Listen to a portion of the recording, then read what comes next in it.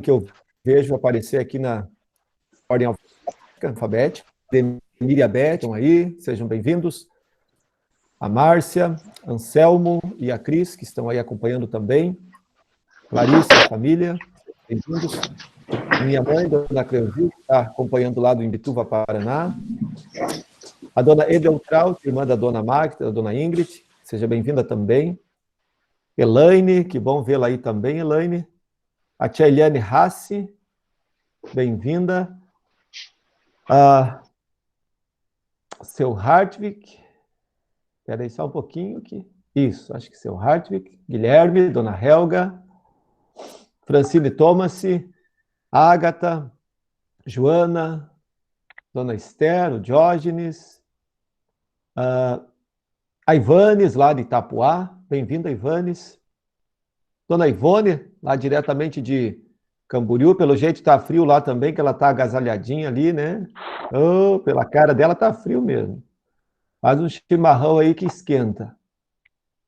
A Joelma e o Rafa, hoje é a primeira vez aqui nessa plataforma, bem-vindos. Que bom tê-los aí. Estão tomando chimarrão também, olha que coisa boa. Passam para cá. Agora não pode compartilhar, né? Tenho que fazer o meu. Júlia Rassi, já chamei. Carla Verne, bem-vinda. Dona Leia Lubk. Quem é Leia? Pode dizer um oi para nós? Leia, acho que é a primeira vez que está conosco, ou não? Talvez ela não consiga falar nesse momento. Seja bem-vinda, dona Leia. Deus abençoe a sua presença aqui conosco. Lucas Elberhard, o Salmo também deve estar aí perto dele. Sejam bem-vindos, boa noite. Lucas Imich, lá de Joaçaba, bem-vindo também. Dona Margret, Maicon, Betone, bem-vindos. Marilete Costa. Marilete Costa, quem é? Ah, é a senhora, seja bem-vinda. Primeira vez aqui conosco, né? Muito bem-vinda. A gente não conseguiu lhe ouvir porque o seu microfone está fechado, mas se a senhora conseguir abrir e quiser dizer um oi, pode dizer. Mas a senhora deve estar ouvindo a gente aí, né? Se estiver ouvindo, faz um legalzinho aí, com o dedo. Ah, show, está ouvindo então. O seu microfone, por alguma razão, ele está fechado. Marli, também, nossa irmã, se não me engano, a Marli é de Jaraguá, né, Marli? Oscar aí, o pai da Aline, mudou de Londrina para cá, foram recebidos como membros regulares da igreja, da nossa congregação na semana passada. Legal, sejam bem-vindos. Oscar, Varcília, a família toda que estão por aí agora. Pesto Restaurante, o Rafa, né? Rafael, bem-vindo. Seu Reginaldo Krieger, dona Otília, a Oma, também eu vi que estava por aí. A Maura deve estar aí por perto também. Sejam todos bem-vindos. Rosane, a presidente das servas da nossa congregação, bem-vinda. A Rose e o Mauro, bem-vindos também. Dona Rosina, muito bem-vinda. Boa noite, Oscar. A Tássia, ela é o pessoal lá do Espírito Santo, a Dona Frida, a Leonira, muito bem-vindos, que bom tê-los aí. Victor Elberhard Menegon, bem-vindo, Victor. Viviane Gruba, deve estar também a Dona Irma aí por perto dela. E, por último, com a letra eu e a mãe, boa noite. Boa noite, obrigado pela presença, sejam bem-vindas. Dona Zorilda também, bem-vinda. Que Deus abençoe a presença de todos. Alguém ficou sem ser mencionado? Pode ser que alguém entrou depois e eu não percebi. Ah, Dona Leonil, viu seu Mitma? Cadê? Será que vocês foram? Ah, é verdade, pulei ali, né? Depois da Leia era a Leonilva antes do Lucas. Bem-vindos, obrigado aí pela presença. Lembrando que a Dona Leonilva sempre registra lá no livro de presença o nome de quem está participando do estudo. Então, quem estiver aí participando do estudo, manda o seu nome lá no WhatsApp privado da Dona Leonilva para ela escrever no livro de presença, né? Livro de presença é um registro histórico, né? A gente às vezes não dá valor para essas coisas, mas depois, com o passar dos anos, isso tem sempre o seu valor histórico, né? Então, dá o nome lá para ela que ela registra. Lucas Elbhard tem uma canção aí para nós?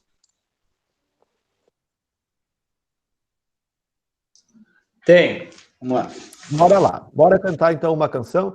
E hoje eu vou pedir para o Guilherme dirigir a oração depois. Pode ser, Guilherme? Dona Helga também está. Dona Helga está toda de touca hoje, né? Ó, o frio. Mas a Fran também está de touca ali, por isso que ela não quis aparecer aqui.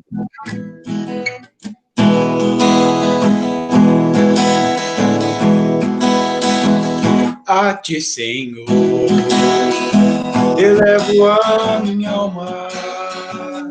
A ti, Senhor, elevo a minha alma.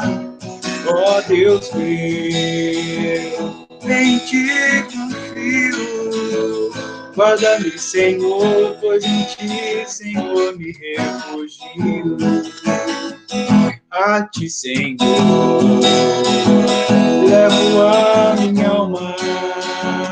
A ti, Senhor, elevo a minha alma.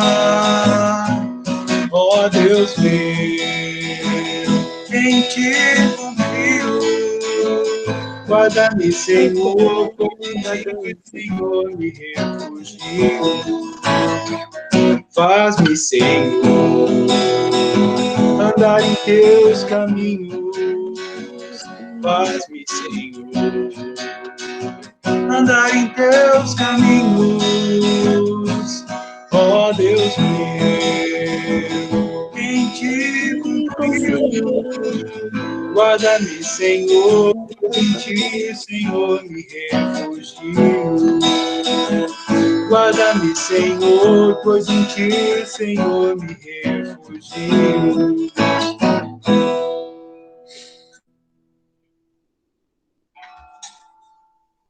Show! Bela canção.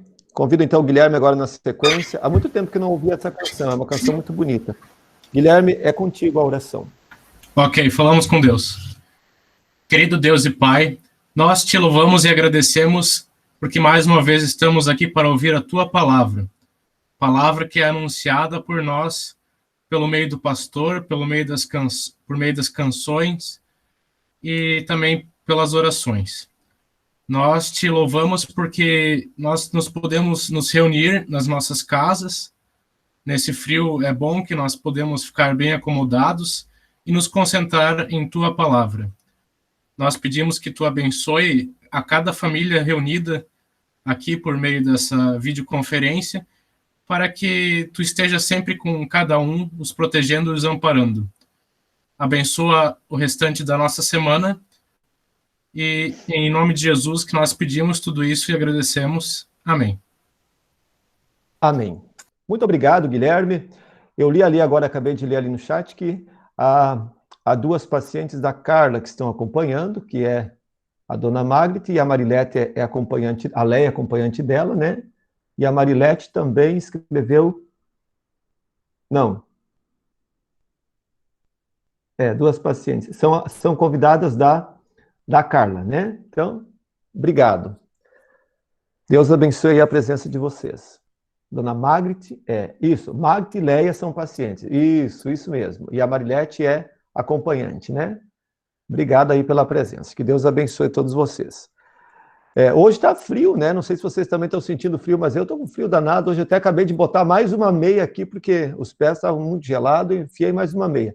Eu imagino que o Salmo deve estar com 3 meias, né? Porque o Salmo é bem mais friorento que eu. A gente corre uma disputa ali, mas o Salmo para ver quem é mais friorento. Fazer uma fogueira e para ver se esquenta esse frio danado, né? Coisa boa. Hoje nós vamos estudar o último capítulo de 1 Pedro. Então, 1 Pedro capítulo 5, você pode abrir a sua Bíblia, você que tiver ela aí perto, e quem não tiver, acompanha, vai ouvindo e a gente vai estudando e vai mencionando. Então, nós estudamos durante algumas quartas-feiras que já se passaram, o livro, a primeira carta de Pedro, né? Nós dissemos que essa carta foi escrita pelo apóstolo Pedro, mais ou menos lá pelo ano 65, mais ou menos 66 depois de Cristo, em pleno auge da perseguição do Império Romano. Isso é uma coisa muito importante de ter na cabeça, quando a gente lê 1 Pedro.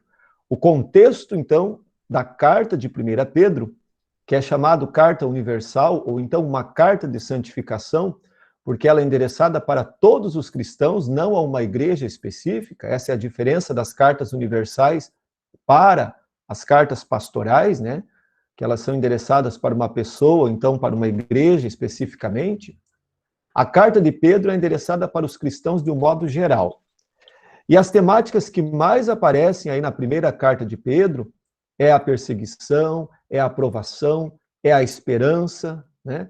Justamente por conta desse contexto de perseguição do Império Romano. Então, nós vimos muitas coisas aí nos capítulos 1 a 4, e hoje, então, vamos estudar o último capítulo desta carta. Eu gostaria que alguém aí fizesse a leitura do capítulo 5, 1 Pedro, capítulo 5, versículos 1 a 4. Alguém pode ler? Enquanto isso, eu já vou colocar uma apresentação aqui para ir adiantando, não se assuste se mudar a sua tela. Então, alguém faz a leitura de 1 Pedro 5, 1 a 4.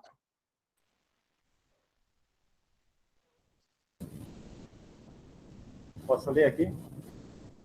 Obrigado, pode ler. Aos anciãos, pois que há entre vós, rogo eu, que sou ancião com eles, e testemunha dos sofrimentos de Cristo, e participante da glória que se há de revelar. Apacentai o rebanho de Deus que está entre vós, não por força, mas espontaneamente, segundo a vontade de Deus, nem por torpe ganância, mas de boa vontade, nem como dominadores sobre os que vos foram confiados, mas servindo de exemplo ao rebanho. E quando se manifestar o sumo pastor, recebereis a imarcessível coroa da glória. Muito obrigado. No capítulo de número... Até o 4. No capítulo número 4, o apóstolo Pedro, ele acabou o capítulo dizendo que é um privilégio se nós temos que sofrer pelo nome de Cristo. É um privilégio no sentido, nós vimos na semana passada, no sentido de que se nós somos perseguidos pelo nome de Cristo, é porque somos fiéis a Cristo. E hoje, então, ele começa aí o versículo 1, dizendo, rogo, pois, aos presbíteros. Vamos dar uma parada nessa primeira palavra, presbíteros. Bom, para quem nunca acompanhou, a gente vai lendo e eu vou fazendo alguns destaques do texto. A gente não detalha o versículo inteiro, mas algumas coisas que são mais importantes a gente pincela aqui. Então, ele começa dizendo, rogo, pois, aos presbíteros que há entre vós. O que vem a ser um presbítero? Muitas vezes as pessoas ficam em dúvida, porque a Bíblia fala em presbítero, às vezes fala em diácono, às vezes fala em bispo, né? Qual é a diferença e o que vem a ser cada uma dessas coisas, desses termos que a Bíblia fala? A rigor, presbítero, diácono e bispo, no Novo Testamento, eles se referem basicamente à mesma coisa. Mudam poucas as funções. O bispo, geralmente, é alguém que tem, na Bíblia, uma atribuição um pouco mais administrativa. Ou seja, ele é mais ou menos como se fosse o pastor dos outros pastores, né? É o pastor, talvez mais experiente, talvez o mais velho, talvez aquele que foi eleito para ser o coordenador, digamos assim. Mas é importante dizer que na Bíblia não existe hierarquia de santificação. Então, o que vem a ser hierarquia de santificação? Porque há algumas religiões, principalmente a religião romana, que ela entende que há uma hierarquia de santificação, ou seja, quanto maior for o cargo eclesiástico que a pessoa exercer, mais santa ela é. Isso não é verdade biblicamente falando. Perante Deus nós somos todos iguais, independente da função que a gente exerce. Então, na Bíblia, quando fala em presbítero, na realidade está falando daquele que é líder da igreja. Hoje nós diríamos o pastor, né? Aquele que lidera, líder nesse sentido, no sentido espiritual. Aquele que lidera, então, que administra a palavra e os meios da graça. Bom, o que os líderes faziam na igreja do Novo Testamento? Eles administravam, ensinavam e evangelizavam. Então, muito parecido com aquilo que acontece hoje, né?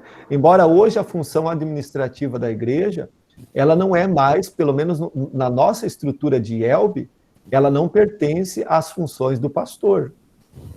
O pastor muitas vezes acaba fazendo algumas questões administrativas, ou por falta de líderes que às vezes assumam essa função, ou às vezes porque ele, por si só, se apropria dessa função que não é dele, né? Bom, a palavra presbítero no Novo Testamento, e por isso eu botei essa foto aí, ela literalmente significa ancião. Mas quando a gente percebe e examina o Novo Testamento, ele faz o uso da palavra presbítero não apenas para ancião. Ancião é uma pessoa idosa, mas para pessoa de toda e qualquer idade. Eu coloquei ali que em alguns contextos a palavra presbítero também são chamados de bispos, né? Como acontece lá em Atos capítulo 20, em 1 Timóteo capítulo 3, onde Paulo vai dar o conselho, né? Aquele que aspira, né? Aquele que convém que o bispo seja esposo de uma só mulher, não seja dado ao vinho, aquelas características todas que 1 Timóteo 3 descreve com relação à figura do pastor, né? Por isso, Timóteo é uma carta pastoral. Foi endereçada inicialmente para Timóteo, dando a ele conselhos de como ser um bom pastor. Bom, ali bem no pé desses slides, eu coloquei a tradução, então, para presbítero. Você pode até anotar aí na sua Bíblia, que quando você for ler o texto de novo, líderes pastorais. Então, onde tem presbítero, você circula e escreve líderes pastorais. Isso é uma coisa que eu gostaria de chamar a atenção. Tem gente que não escreve nada na Bíblia, né? Mas a Bíblia é um livro de estudo. A Bíblia a gente deve rabiscar. Então, por isso que você tem que ter sempre a sua Bíblia à mão, com uma caneta na mão. Porque falou uma coisa, você escreve ali do ladinho.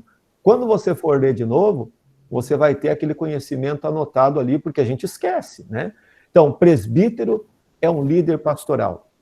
Ou, resumindo, então, é um pastor. O que caracteriza um pastor? Isso é uma questão importante da gente responder, né? É necessário ter a formação de um seminário para que alguém seja um pastor? Não necessariamente. O que caracteriza alguém como pastor é ele ter um chamado público de uma congregação que o autoriza a pregar a palavra e administrar os meios da graça. Obviamente que nós, enquanto igreja e ELB, nós nos estruturamos para fins de decência e ordem, dizendo, na IELB, para alguém ser pastor, é necessário que ele estude a faculdade de teologia e que ele se forme pastor lá no Seminário Concórdia. Aí, então, ele recebe uma autorização e ele se torna um pastor, um presbítero, né? Mas, então, não há uma ordem específica, uma receita específica na Bíblia de como se tornar presbítero. O importante é dizer que para alguém ser um presbítero, ele precisa ter um chamado e uma autorização de uma igreja que diz, esta pessoa vai ser o nosso pastor, ok? Bom, um pouquinho adiante, no versículo 1, tem uma coisa também interessante. Vejam como é que Pedro se apresenta. Ele diz assim, eu Pedro, presbítero como eles, quer dizer, líder como eles, pastor como eles. Vejam, isso desmistifica, eu escrevi ali, a ideia equivocada que, segundo a tradição romana, Pedro teria sido o primeiro papa. Da onde vem essa ideia de que Pedro teria sido o primeiro papa? Bom, quem acompanha os estudos bíblicos há mais tempo, eu já disse para vocês que a figura do papa, assim, do jeito que a gente conhece, ela é uma figura que entra na igreja cristã mais ou menos lá pelos anos 300 e pouco, né? E olhe, quando é que Pedro morreu? Pedro morreu em 67, se eu não me engano, depois de Cristo. Então, muito tempo antes. E olha como é que ele se apresenta. Eu sou um presbítero como eles, disse ele. Eu não sou primo dos primos, né? Eu sou igual a todos eles. Da onde vem a ideia de Pedro enquanto papa? É da interpretação equivocada de Mateus capítulo 16. Lá em Mateus 16 é o texto de quando Jesus pergunta para Pedro, quem tu dizes que eu sou? E daí Pedro responde, tu és o Cristo, o Filho do Deus vivo. E aí Jesus responde, tu és Pedro, e sobre esta pedra eu edificarei a minha igreja. E aí a tradição romana, então, leu Pedro e pedra como sendo a pessoa de Pedro, as duas coisas. E não é. Pedro, enquanto figura do apóstolo. Pedra, a pedra se refere à confissão que o Pedro tinha feito. Tu és o Cristo, o Filho do Deus vivo. E a Bíblia diz muito claramente, né? Jesus Cristo é a pedra que os construtores rejeitaram. Então, Quem é a pedra sobre a qual a igreja cristã será edificada, ou continua sendo edificada? É Jesus, e não o Pedro, ou nenhum representante humano, né? Então, não há uma hierarquia humana sobre a qual se assenta a igreja cristã. A igreja cristã está assentada sobre a pedra fundamental, que é Cristo Jesus. Isso nós já estudamos no primeiro capítulo de Pedro, né? Quando ele fala também dessa pedra. E Pedro se descreve no versículo 1 como um coparticipante da glória que há de ser revelada. O que significa uma pessoa que é coparticipante? É alguém que participa com, né? Então ele diz, eu sou alguém que vou participar junto na glória. Que glória é essa? A glória que há de ser revelada. Ele aponta para o futuro. Voltando lá no capítulo 4, versículo 13, lá está escrito assim, ó: alegrai-vos na medida em que sois coparticipantes dos sofrimentos de Cristo, para que também na revelação de sua glória vos alegreis exultando. Bom, os sofrimentos de Cristo é tudo o que a gente sofre nesse mundo por confessar a Cristo. Mesmo que seja uma zombaria, uma ridicularização, mesmo que seja aquele que não entende a tua posição porque você quer ser fiel ao Evangelho. Isso é sofrer pelo nome de Cristo. Ele diz, mas do mesmo jeito que eu sou um participante junto do sofrimento de Cristo, eu também serei participante na glória que há de ser revelada. Isso é, no esplendor da vida eterna. Ok? Vamos adiante. Versículo número 2, ele começa dizendo, pastoreai o rebanho de Deus que há entre vós. Lembrem, para quem Pedro estava escrevendo? Nesse capítulo, para os outros presbíteros. Ele começa dizendo, aos presbíteros que há entre vós. Vocês estão lembrados que eu disse que a igreja cristã no tempo de Pedro, dessa carta, é a igreja da dispersão ou da diáspora? O que é isso? É a igreja que estava espalhada, fugindo do Império Romano. E para cada lugarzinho que eles fugiam, eles fundavam ali uma congregação. E lá nessas congregações tinha pessoas que eram líderes, que eram presbíteros, que cuidavam da parte espiritual daquele pequeno rebanho. Se você olhar aí para a imagem que eu coloquei, essa imagem é muito sugestiva, né? Essa é a imagem talvez mais bonita do Novo Testamento. A imagem de Jesus, o bom pastor. Mas o conselho que Pedro dá para esses líderes é pastoreai. E aí é interessante pensar o que significa a palavra pastor na Bíblia, ou pastorear na Bíblia. Bom, a melhor tradução para a palavra pastor na Bíblia é o verbo cuidar. Por quê? Porque esse verbo define qual é a atividade de um pastor. E ele é retirado, obviamente, da figura do rebanho de ovelhas mesmo, da ovelha de animais, né? Os pastores, eles cuidavam dos rebanhos. E o que significava, o que compreendia esse cuidado? Era levar para as boas pastagens, conduzir para os lugares com água fresca, é dar a proteção à noite, principalmente quando vinha o ataque dos lobos e das feras. Era levar as ovelhas em segurança para dentro de uma caverna, para dentro de um cercado à noite. Era fazer uma fogueira que espantava muitos dos bichos ferozes. A vida de um pastor de ovelhas não era uma vida fácil. Porque, especialmente na Palestina, é uma vida nômade. Porque é uma vida onde tem que ficar caminhando à procura de pastagens.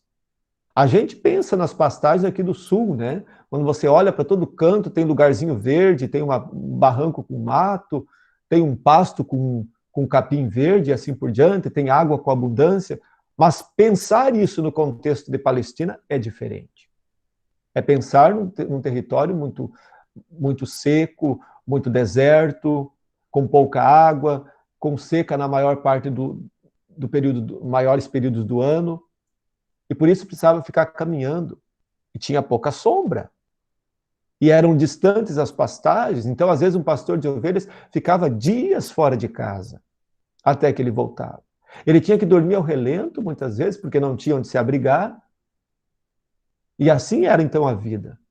Essa vida E aí eu coloquei ali, muitos desses pastores, por estarem longe de casa, precisavam ficar vigiando, eles fizeram composição de poemas e se tornaram músicos.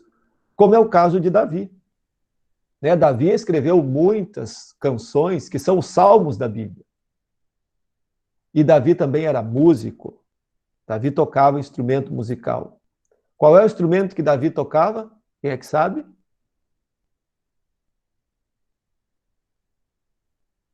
Ninguém sabe? É a harpa. Tocava harpa. Davi era tocador de harpa. Então, olha, bom, no Antigo Testamento, Deus é identificado como o pastor de Israel. Isso aparece lá no Salmo 23, né? O Senhor é meu pastor. No Salmo 80, a gente poderia citar uma porção de outros textos onde o próprio Deus ele se identifica. Mas presta atenção, não tira da cabeça o significado de pastorear que tem a ver com o verbo cuidar. Então, Deus era o cuidador, Deus era o protetor de Israel. E Deus esperava que os reis também fossem pastores para o seu povo. Essa é uma coisa importante da gente saber. Que no Antigo Testamento, os governantes, eles eram muito comparados com pastores. Pastores no sentido de cuidar do povo. Veja, quando Deus escolhe o rei Davi, por exemplo, lá em 2 Samuel, capítulo 5, versículo 2, a gente lê sobre isso. Ele diz assim, você deve apacentar o meu povo. Apacentar tem a ver com o verbo pastorear, que por sua vez deriva do verbo cuidar. Então você deve cuidar, deve apacentar. E por isso Deus condenava os que abusavam dessa autoridade. Se a gente lê, por exemplo, Ezequiel é um grande profeta. Ezequiel foi um profeta de Deus no tempo do exílio da Babilônia, mas ele também foi profeta 5 anos antes do exílio começar. E Ezequiel, capítulo 34, é uma grande denúncia de Deus contra os maus pastores. Aqueles que exploravam o rebanho, aqueles que usavam do rebanho para engordar. A Bíblia usa essa metáfora, né? Se você ler Ezequiel, capítulo 34, você vai ver que escreve mais ou menos essa comparação, né? Enquanto as ovelhas ficam magras, o pastor engordava, no sentido de explorar em todos os sentidos.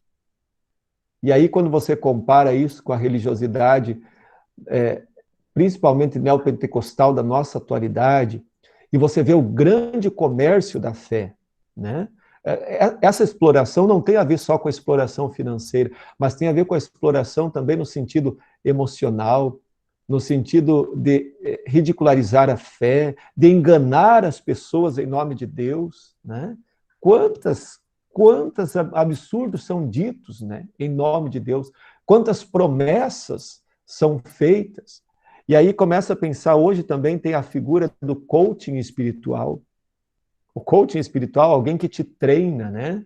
Alguém que na verdade, que te explora financeiramente. Então, tudo isso faz a gente pensar.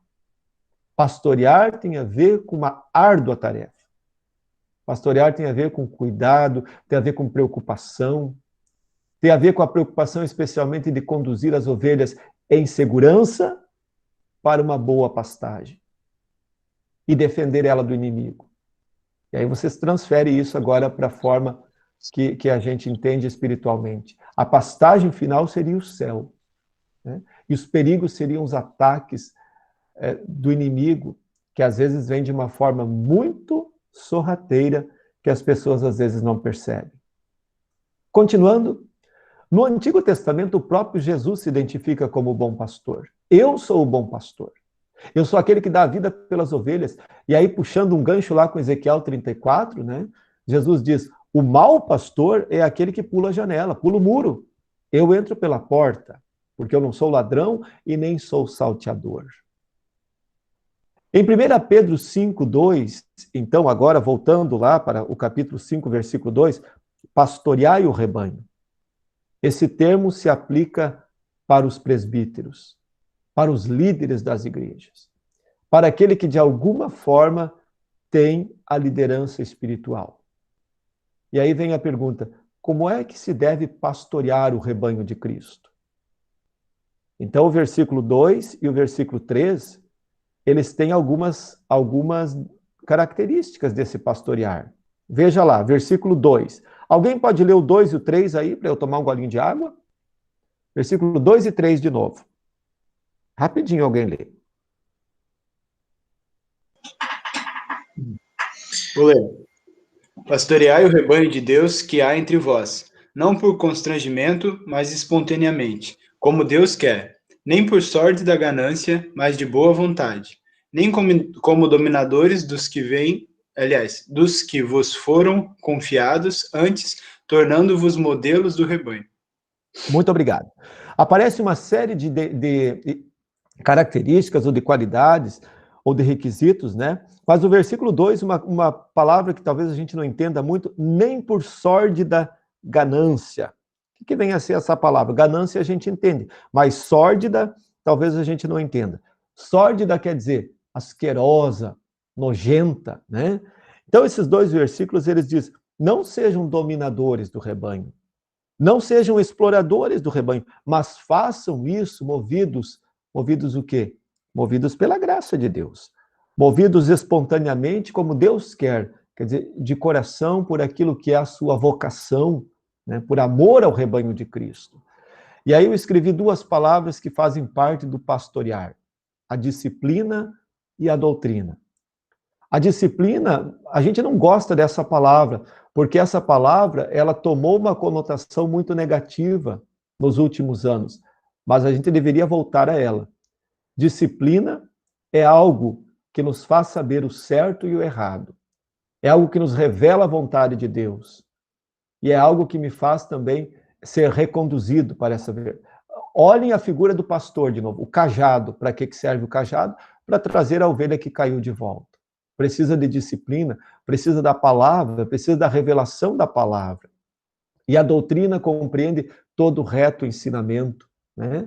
Reconduzir, exortar, corrigir, consolar, anunciar o perdão, fortalecer na graça. Então, tudo aquilo que traz para perto de Cristo. Então, nós chamamos isso em teologia de lei e evangelho, né? A lei, ela me aponta, me revela a vontade de Deus e me aponta para os meus deveres, digamos assim. Uma forma bem simplista isso, tá? E o evangelho, ele me aponta para a graça de Deus, para a obra de Deus e para aquilo que Deus fez e continua fazendo na minha vida, especialmente a dádiva do perdão. Então, isso faz parte daquilo que se requer do presbítero que Pedro está pedindo. Pastoreai. Nada mais é do que cuidem do rebanho que Deus vos confiou. Versículo número 4, ele diz assim, ora, logo que o supremo pastor se manifestar, recebereis a imarcessível coroa da glória. De novo, Pedro aponta para a imarcessível coroa da glória. Imarcessível quer dizer que não se corrompe, que não estraga. E ele, obviamente, está apontando de novo para a vida eterna. Lá em 1 Pedro 2,25, ele diz assim, porque estáveis desgarrados como ovelhas, agora, porém, vos convertestes ao pastor e bispo de vossa alma. Ora, ninguém se converte ao pastor enquanto pessoa. Mas ele diz ali, vocês se converteram ou foram convertidos, né? Ao pastor e bispo da vossa alma. Quem é o bispo da minha alma? Quem é o líder espiritual da minha alma? É o próprio Jesus. Né? É isso que ele está querendo dizer. Então, o versículo 4 do capítulo 5, ele aponta para o supremo pastor. Esse supremo pastor é o próprio Jesus. E quando, então, o supremo pastor vai se manifestar? No dia do juízo final. Continuando agora, vamos ler o versículo número 5. Alguém, por favor, leia aí o versículo número 5. Eu leio, pastor. Vai lá. Rogo igualmente aos jovens, sede submissos aos que são mais velhos, outros sim no trato de uns com os outros. cingi-vos todos de humildade, porque Deus resiste aos soberbos, contudo, aos humildes concede a sua graça. Muito obrigado, Ademir. Bom, o início do versículo 5 fala, rogue igualmente aos jovens. Olhando assim no primeiro momento, a gente pode pensar que é jovens de uma forma geral. Tudo bem, a gente pode aplicar dessa forma, porque também requer-se das pessoas mais novas que respeitem e que honrem as pessoas mais idosas. Isso é uma verdade, faz parte do 4º mandamento, inclusive, né? Mas aqui não é o caso. A pessoa jovem apontada nesse versículo 5, ali onde fala jovem, Pedro está se referindo àqueles que são presbíteros há menos tempo. Ou, digamos assim, os seminaristas que estão iniciando, né? Temos aí 2 seminaristas, ou 3 acompanhando a gente aí, né? O Guilherme, o Lucas e talvez o Marcos Vinícius, ou não. Então, esses são os presbíteros mais jovens, digamos assim. Então, o que Pedro está dizendo? Eu rogo que vocês sejam submissos aos que são mais velhos, não aos mais velhos de uma forma geral, também, obviamente, né, por educação, mas aqui ele está falando da submissão enquanto ser humilde para aprender e ouvir os conselhos com aqueles que já estão há mais tempo no pastoreio do rebanho. E aí, então, ele fala um verbo aí que nós já estudamos, acho, no primeiro encontro, que é o verbo cingir, cingindo-vos todos de humildade. Eu botei a figura ali embaixo, só para vocês olharem ali a roupa, né? No primeiro estudo, eu trouxe um pouco sobre o cingir. O cingir tem a ver com... Eles usavam túnica, né? Vestido até os pés. E o cingir tem a ver com aquele amarrado que faz ali no meio das pernas, para fazer tipo um calção, um shorts, né? Para poder dar mais mobilidade, para poder correr. E geralmente também o cingir-se, ele se referia ao avental que um escravo usava. Era para quando você ia fazer um serviço, uma coisa mais braçal, então você tinha que cingir. A Bíblia fala em cingir os lombos. É isso, né? É preparar a roupa para você trabalhar. Então, o que ele está dizendo? Cingindo-vos de humildade. Quer dizer, se vestindo de humildade. Assumindo um caráter de servo, de servir, olhando para Cristo. E a NTLH, que é a nova tradução da linguagem de hoje, ela traduz isso de uma forma bem clara, dizendo, prestem serviço uns aos outros. Então, aquele que quer ser arregimentado no serviço da obra de Deus, em primeiro lugar, ele precisa olhar para Cristo, que é um exemplo de servo. E também, nas pegadas e no trilho de Jesus, ser alguém que serve. E servir é sempre se vestir com muita humildade. É isso que ele vai falar no versículo 6. Olhem lá. Humilhai-vos, portanto, sob a poderosa mão de Deus, para que ele em tempo oportuno vos exalte. Mão de Deus tem a ver com o poder de Deus. E esse poder de Deus também tem a ver com a proteção de Deus. Então, humilhai-vos sob a poderosa mão de Deus, quer dizer, estejam debaixo da proteção de Deus. Eu anotei ali que o orgulho é o contrário da vaidade, né? O orgulho é um sentimento que se opõe a Deus. Isso acontece sempre, depois a pessoa liga. Então, o orgulho é um sentimento contrário ao humilhar-se. Né? E o orgulho é algo que se opõe a Deus e à vontade de Deus. Eu anotei uma frase interessante de Santo Agostinho, que foi um teólogo da Igreja Antiga, onde ele escreveu assim, que a humildade é o recipiente de todas as graças. Ou seja, o próprio Jesus nos dá o exemplo. Qual é o maior exemplo de humildade de Jesus que vocês se lembram que ele deu para os seus apóstolos? Quem é que se lembra? Lavou os pés deles. Ah, muito bem. Lá da Semana Santa, né? Da Quinta-feira Santa, se não me engano, Jesus lava os pés dos seus discípulos. Né? O pé era a parte considerada mais imunda, mais suja pelos judeus. E, portanto, lavar os pés era um serviço imundo. Quem fazia isso estava se humilhando. É como se a gente dissesse, está comendo pó. Jesus fez isso. E o que ele queria mostrar? Eu vim para servir. O Filho do Homem veio para servir. E ele me serve a mim e a toda a humanidade da forma mais cruel.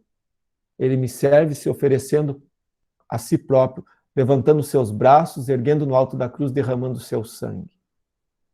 Então, se tem alguém que é exemplo de humilhação, é o próprio Jesus. O apóstolo Paulo vai dizer isso, né, na carta aos Filipenses: sejam imitadores, pois Cristo humilhou-se ao ponto de deixar a glória celeste e fazer-se homem, habitar entre nós. Então, quando a gente olha para a história do Natal, aquela criança nascendo na manjedoura, para nós, seres humanos, aquilo é uma grande festa, porque é Jesus vindo nos salvar. Mas para Jesus é um ato de humilhação, porque ele abandona o céu, a glória do Pai, e vem se tornar homem, né? Homem entre os homens, Emanuel, o Deus conosco. Então ele diz: humilhai-vos debaixo da poderosa mão de Deus. E aí então vem o versículo 7. O versículo 7 é bem provável que você já tenha escutado ou lido ele nesse tempo de pandemia. Eu acho que até uma das nossas devoções, aquelas que a gente manda todos os dias, foi baseado nesse texto. Se eu não me engano, foi até eu que fiz. 1 Pedro 5,7 diz: lançando sobre ele toda a vossa ansiedade, porque ele tem cuidado de vós. Lançando sobre ele, quer dizer, colocando perante Deus. Mas notem, eu anotei ali que esse lançar sobre ele está ligado a humilhai-vos. Só lança perante Deus aquele que primeiramente se humilha. E aí eu anotei coisas interessantes aqui. A verdadeira atitude cristã não é a resignação ou autoabandono. Bom, apesar, você pode estranhar isso, né? Porque resignação é uma característica até positiva. Significa eu me anular, né? Eu abrir mão. E, tá, mas então não está contradizendo? Não. Vou explicar. Aqui, nesse caso, a resignação, o autoabandono, tem a ver com aquele que diz assim: ah, Deus é que sabe, né? A vida que seja do jeito... Tem gente que é imprudente, né? Por exemplo, uma vez eu vi o Jornal Nacional, antigamente, uma época fez uma reportagem sobre a seca no Nordeste e aquela transposição do Rio São Francisco, não sei o quê, queriam mudar uma pessoa que morava no extremo agreste, onde não tinha água, e a autoridade civil queria dar um lugar para ele morar, onde tinha recursos melhores para ele fazer a lavoura da terra, etc. e tal. Ele disse: não, Deus me colocou aqui, a vontade de Deus é que eu fique aqui, pronto. Então, isso não tem a ver com lançar sobre ele e nem ser humilde. Isso tem a ver muito mais com preguiça, né? Com preguiça, comodismo e conformismo. Então, quando eu falo da resignação e do autoabandono, eu estou falando daquela pessoa que se acomoda, diz assim: ah, não, que seja como Deus quiser, se o rio corre para baixo, corre para cima, isso tanto faz. Isso também não é um ato de humilhar-se. Humilhar-se tem a ver com dobrar-se em confiança perante Deus. É saber que eu me coloco conscientemente. Então, é a entrega confiante de si mesmo e dos problemas a Deus. E essa talvez seja uma das coisas mais difíceis na vida de santificação, né? É o confiar a Deus a nossa vida e os nossos problemas. O contrário disso torna pessoas autossuficientes. E aí você deve escutar umas bobagens que a gente escuta de vez em quando, do tipo assim: ah, fulano, alguém conta para você assim, fulano conseguiu uma casa nova. Ah, mas ele merece. É uma boa pessoa. Não merece, não. Não merece. Você pode achar que ele merece, do ponto de vista humano, talvez ele mereça, mas do ponto de vista de Deus, ele não merece. Nem ele, nem eu, nem você, nem ninguém não merece. É por isso que há muita gente mimada na fé. E é por isso que há muita gente que entende equivocadamente o que significa humildade perante Deus. Humildade, ela começa quando eu reconheço aquilo que Lutero dizia: eu sou perante Deus como um saco de esterco. Palavra pesada, né? Mas é isso que eu sou. E quando eu, de fato, entendo que é isso que eu sou, mas que Deus me amou a ponto de entregar o seu Filho Jesus por mim, e que Deus me fez ser a criatura mais importante, está lá no Salmo 8, abaixo dos anjos. Então eu entendo o quanto sou amado por Deus. E essa humildade me faz agora confiar e me faz me lançar, me prostrar aos seus pés. Eu marquei 2 textos aí que não dá para ler agora por causa do tempo, mas que você pode ler depois, sobre confiar em Deus. Mateus 6, 25 a 34 e o Salmo 55, versículo 22. Esse texto de Mateus 26, 25 é um texto muito bonito, né? Aquele que fala da ansiosa solicitude, da ansiedade pela vida, né?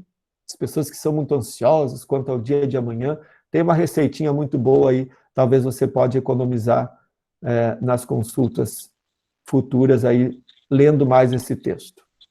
Versículo número 8. Sede sóbrios e vigilantes, porque o diabo, vosso adversário, anda em derredor como um leão que procura alguém para devorar.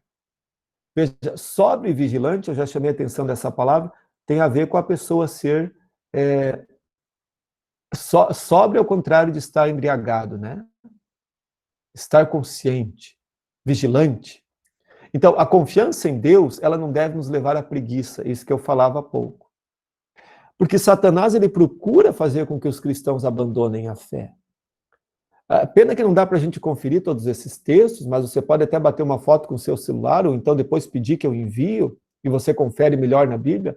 Mas Lucas 22, 31, é quando Jesus alerta Pedro de que o diabo, ele queria peneirar. Vamos ler esse texto, Lucas 22, 31? Acho um texto interessante para conferir. Alguém abre rapidinho e lê. Lucas 22, 31.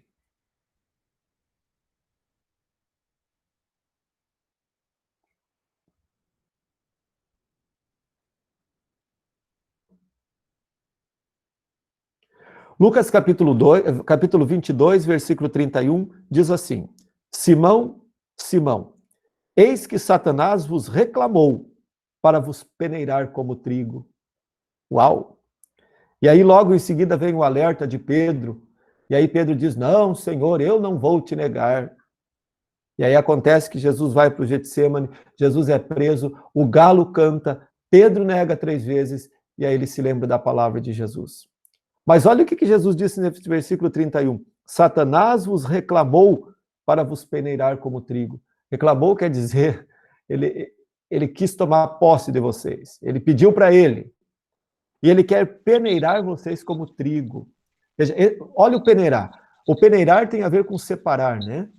Você coloca na peneira, dá aquela balançada, cai para baixo o trigo, fica a palha para cima. Então está querendo dizer ali, ele quer peneirar, quer separar vocês. Para quê? Porque o alvo de Satanás não é aquele que está perdido. O alvo de Satanás é aquele que está em Cristo. Né? Por que ele vai perseguir e gastar tempo com aquele que já está no mundo? Então, por isso, a vida cristã é uma vida, de certa forma, muito perseguida por Satanás. Porque ele quer e tenta nos derrubar. Ele semeia mentira, como fez lá com Ananias e Safira. Ele acusa os cristãos, né? O diabo adora colocar na cabeça dos cristãos que eles não merecem o perdão de Deus. Eu já disse, ninguém merece. Mas agarre, porque Deus está te dando de graça. Então, esqueça esse negócio de perguntar se eu mereço o perdão de Deus. E resolva logo isso na sua vida. Não, eu não mereço o perdão de Deus. Mas Ele me dá graciosamente e eu quero esse perdão. Ele é meu. Ele coloca obstáculos, Ele provoca as perseguições, né? Então, o apóstolo Pedro vai dizer ali, ele anda como um leão, rugindo e procurando a presa para devorar. Por isso ele diz, sejam sóbrios e vigilantes. Mas Jesus já tinha dito isso muitas vezes, né? Sede sóbrios e vigilantes. Isso significa, se fundamentem, estejam atentos, vigilantes. E aí o versículo 9 vem, qual é a consequência? Resistam firmes na fé. Né? De que forma que o cristão reside firme na fé? Eu coloquei o texto de Efésios 6, 11 a 18, que você pode anotar aí para ler com calma depois, Efésios 6, 11 a 18. É aquele texto que fala da armadura do cristão. Como é que o cristão se arma? Como é que ele se equipa para permanecer, para resistir firme na fé em Cristo Jesus? É por isso, meus amados, que nós precisamos estar sempre lendo a nossa Bíblia, ouvindo, escutando, estudando a palavra de Deus, meditando, se alimentando dessa palavra. Do contrário, a gente não tem forças para resistir às investidas de Satanás. Porque a força, ela não está em nós. Essa força vem de Deus. E Deus me dá essa força justamente nos meios da graça, palavra, batismo e santa ceia. Então, amados irmãos, olhem o conselho de Pedro no versículo 9. Resisti-lhe firmes na fé, certos de que sofrimentos iguais aos vossos estão se cumprindo na vossa irmandade espalhada pelo mundo. Qual era o contexto? A perseguição romana. O povo estava sofrendo, mas Pedro anima. Resistam firmes na fé. Em outros lugares do mundo também tem gente sofrendo. Estão espalhados, sofrendo também coisas muito parecidas. Isso nos faz olhar para o passado, nos faz recordar os mártires na fé, aqueles que não negaram a Cristo, que morreram, que deram sua vida, porque permaneceram firmes na fé. Às vezes a gente vê pessoas por tão pouco abandonando a fé. Quer dizer, não existe razão, pouco ou muito, que justifique abandonar a fé em Cristo. Mas o que leva uma pessoa, a pergunta é essa, né? O que leva uma pessoa a abandonar a fé? É o deixar de se alimentar da palavra pura da verdade. Quando a pessoa deixa de aprender, de se alimentar da palavra de Deus, que é a Bíblia Sagrada, então qualquer vento pode trazer uma ideia boba para sua cabeça e ela pode se enfraquecer na fé. Então, resistir firmes na fé tem a ver com estar sempre na graça de Deus. Olha aí, eu coloquei uma ilustração do texto de Efésios, né? De um lado ali o inimigo semeando todas as coisas, mas o dardo da fé, o escudo da fé, ele está ali para justamente repelir toda a ação de Satanás que é investida contra o cristão. Eu vou dar uma puladinha agora, então versículo 10 eu vou ler, e o 11 também. Ora, o Deus de toda graça, que em Cristo vos chamou a sua eterna glória, depois de terdes sofrido por um pouco, ele mesmo vos há de aperfeiçoar, firmar, fortificar e fundamentar. Grife na sua Bíblia esses verbos finais. O próprio Jesus, ele vai te aperfeiçoar, vai te firmar, te fortificar e te fundamentar. Mais uma vez eu repito, estar firme, fortalecido, fundamentado na palavra de Deus, não é uma atitude nossa, mas é uma ação de Deus Espírito Santo na nossa vida. Mas Deus só vai te fortalecer na medida em que você se alimentar da palavra. É aquele exemplo que eu já dei algumas vezes. Se você todo dia fizer um prato de comida bonito, botar ele em cima da mesa, mas você só vai lá e dá uma olhada para o prato e não come, você vai morrer de fome. A Bíblia é a mesma coisa. Tem gente que está com a Bíblia sempre aberta em cima da estante, da prateleira, do lado da cama, dentro da bolsa, mas nunca abre para ler. Parece que a Bíblia é um amuleto. Ela não vai fazer nenhum efeito na tua vida. Ela só vai te fortalecer à medida que você lê a palavra de Deus. À medida que você se alimentar. Por isso, esse espaço que a gente tem aqui na quarta-feira de noite é um espaço importante, sim. Porque aqui nós podemos sentar com um pouco mais de tranquilidade e podemos degustar a palavra com um pouco mais de profundidade. E isso muda a nossa fé. Isso nos fortalece, isso nos enraiza em Cristo Jesus.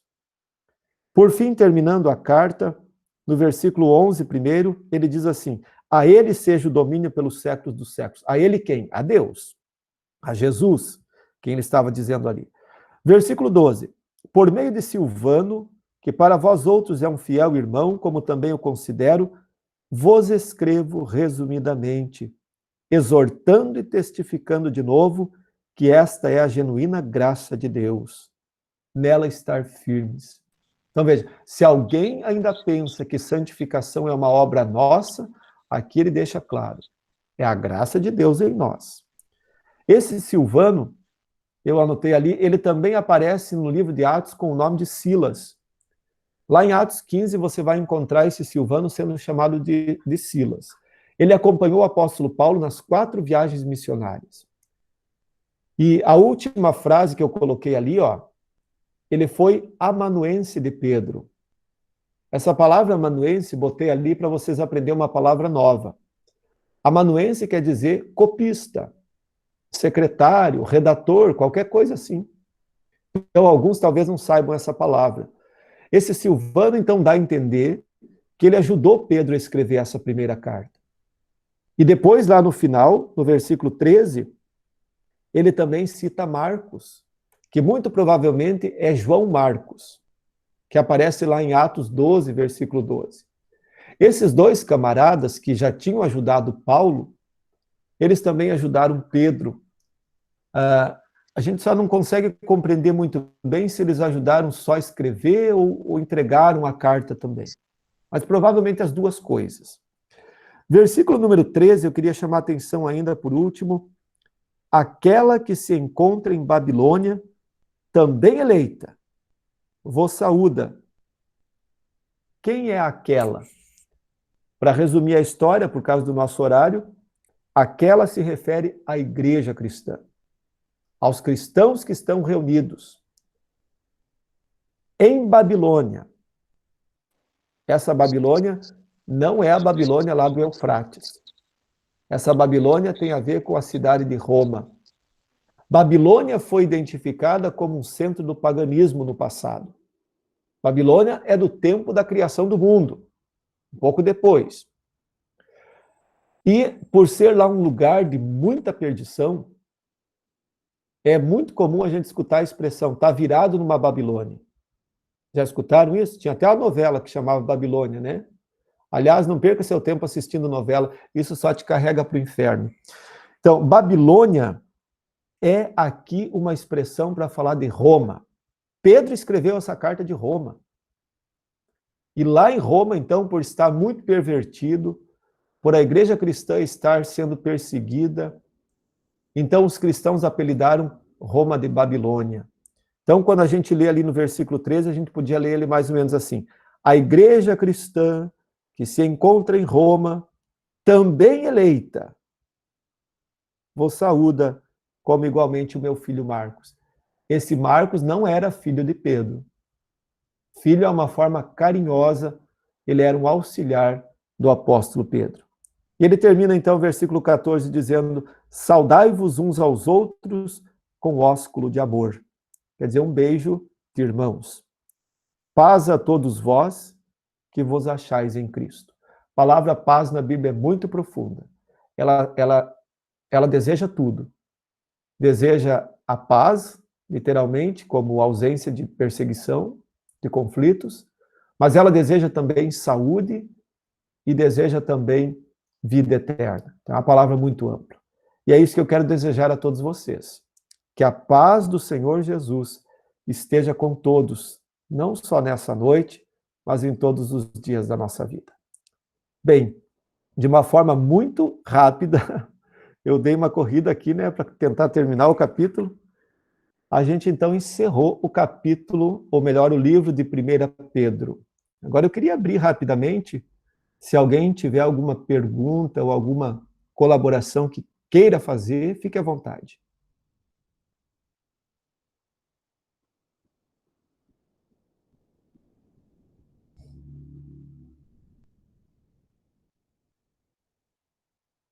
Hoje eu falei um pouco mais depressa, né? Porque senão, se eu não falasse depressa, eu vi que não ia terminar. Mas se ficou alguma dúvida, vocês podem perguntar.